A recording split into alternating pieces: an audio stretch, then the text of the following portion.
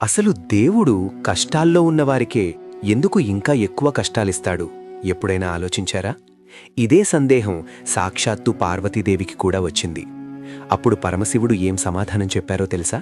ఒకరోజు పార్వతీదేవి ఇదే ప్రశ్న అడగడంతో శివుడు నవ్వుతూ, పార్వతి, దీనికి సమాధానం భూలోకంలో దొరుకుతుంది, పద వెళ్దాం అని తీసుకెళ్తారు. ఒక గ్రామానికి చేరుకోగానే పార్వతీదేవి అలసిపోయి, స్వామి, ఈ రోజుకి ఇక్కడే విశ్రాంతి తీసుకుందాం అని అడుగుతుంది. దానికి శివుడు, సరే దేవి, నేను వంట సామాగ్రి తెస్తాను, నువ్వు వెళ్ళి పొయ్యి వెలిగించడానికి ఒక 3 ఇటుకలు పట్టుకురా అని చెబుతారు. పార్వతీదేవి అలసిపోయి నడుస్తుండగా ఆమెకు ఎదురుగా ఒక అందమైన ఇల్లు కనిపించింది. కాని ఆమె దాన్ని పట్టించుకోలేదు. కొంచెం ముందుకు వెళ్ళగానే ఒక పాడుబడిన ఇల్లు కనిపించింది. వెంటనే ఆ పాడుబడిన ఇంటి గోడ నుండి 3 ఇటుకలను తీసుకుని వెనక్కి వచ్చింది. ఆమె రాగానే శివుడు, వంట సామాగ్రి తర్వాతిస్తాను, కానీ ముందు నా ప్రశ్నకు సమాధానం చెప్పు, ఈ ఇటుకలను ఎక్కడ నుండి తెచ్చావు అని అడిగారు. పార్వతీదేవి బదిలిస్తూ, స్వామి, అక్కడొక పాడుబడిన ఇల్లు ఉంది, దాన్నుండే తీసుకువచ్చాను అని చెప్పింది.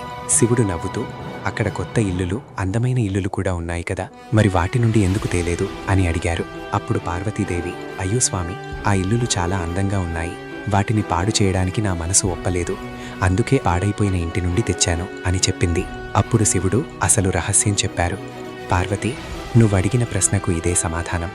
ఆ అందమైన ఇల్లులాగే ఎవరైతే మంచి కర్మలతో తమ జీవితాన్ని, మనసుని శుభ్రంగా ఉంచుకుంటారో వారి జోలికి ఎవ్వరూ రారు, వారి సంతోషాన్ని ఎవరూ పాడు చేయలేరు.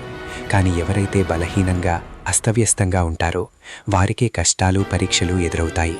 ఈ అద్భుతమైన పరమార్థం మీకు నచ్చితే వీడియోని లైక్ చేయండి. ఇలాంటి మరిన్ని మంచి విషయాల కోసం మన ఛానల్ని సబ్స్క్రైబ్ చేసుకోండి. కమెంట్లో ఓం నమః శివాయ అని రాయడం మర్చిపోకండి.